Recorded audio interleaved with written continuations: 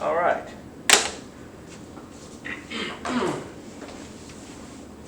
So this is the graph that goes, I'm talking about the squiggly graph right here. If you look at it, each graph tells a story. I like to think of graphs as stories, where, here's the beginning of the story at 0 seconds, and then it goes for 10 seconds and stuff happens. And it tells you the story of that 10 seconds of what happened with this object. This is a displacement graph, so it tells you how far it went and in what direction. So it went forwards real fast and then slowed down, and then it went backwards, slow and then fast. And then it went backwards past from where it started real fast, and it slowed down, and then it went forwards. And so, this is like a spring that's going boing, boing, boing, boing, boing, or whatever. This is a sock, it's not a spring. Francisco, are you watching? I'm doing this. I feel like an idiot if nobody's watching me do that. Anyway. So this set of questions is going to be about the same for each graph you'll look at on your Google form today. What does the y-axis represent? Which one's the y-axis, vertical or horizontal? We're looking at this graph here. Vertical. Yeah, y-axis is the one that goes up and down like this. So it says displacement in meters. What it says? Write the whole word, not just the variable. So not just d for displacement, but displacement. It even says the y-axis is the vertically oriented axis, just in case you're mixed up. That'll be nice. All right, for how many seconds does the mass bounce? So we said it's bouncing up and down like that. And it does. The graph shows it doing that for 10 seconds. And maybe it keeps going after the graph stops measuring it, but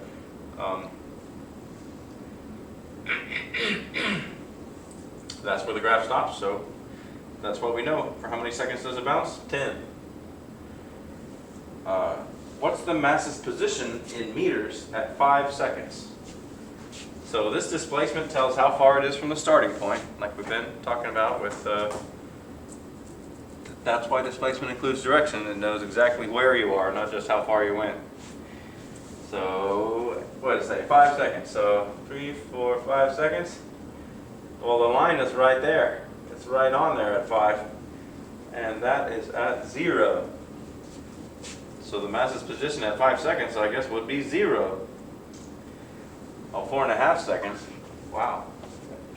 Okay, here's 4, here's 5. We got these little marks in between. It's got 1, 2, 3, 4 little spaces in there. So I guess the middle mark is right there. So at that middle mark, right in between 4 and 5, is way up here, which looks like 2.5. Okay, so at 4.5 seconds, this thing's at 2.5 meters. Excuse me. Now, these questions may have been easy for some of y'all. This next question is a little more difficult, so let's look. Alright, what's the ball's average velocity in meters per second between 0 and 0.5 seconds? So let's see. Here's 0 seconds, and here's 0.5 seconds. Here, I'll mark this so we know what we're doing here. At 0 seconds, this ball was at 0 meters down here. And at 0.5 seconds, this ball was at 2.5 meters. So we're gonna, we could probably, I don't know, we might be able to do this in our heads, but probably a calculator, just to be safe. Where's my card? So we need to figure out its velocity in meters per second. We know how many meters it went. It went from 0, and up here is 2.5. So it went from 0 to 2.5, which is 2.5 meters. And it did that in half a second. So in meters per second, we'd say 2.5 meters divided by 0.5 seconds. And I believe that's going to be 5. But 2.5 divided by 0.5. 5 is 5. All right. So we got 5 meters per second because we did meters divided by seconds. That's the average, because you can see it's going fast and then it slows down, but average velocity is 5 meters per second. And then this is asking you a wave question. We won't do waves for a while, but this is throwing it in there. Shows a crest of the wave. What is the one time the graph, or what is one time the graph shows a crest of the wave? A crest is the highest point of a wave. Anybody got a time? We just made a dot on one of those highest points of the wave.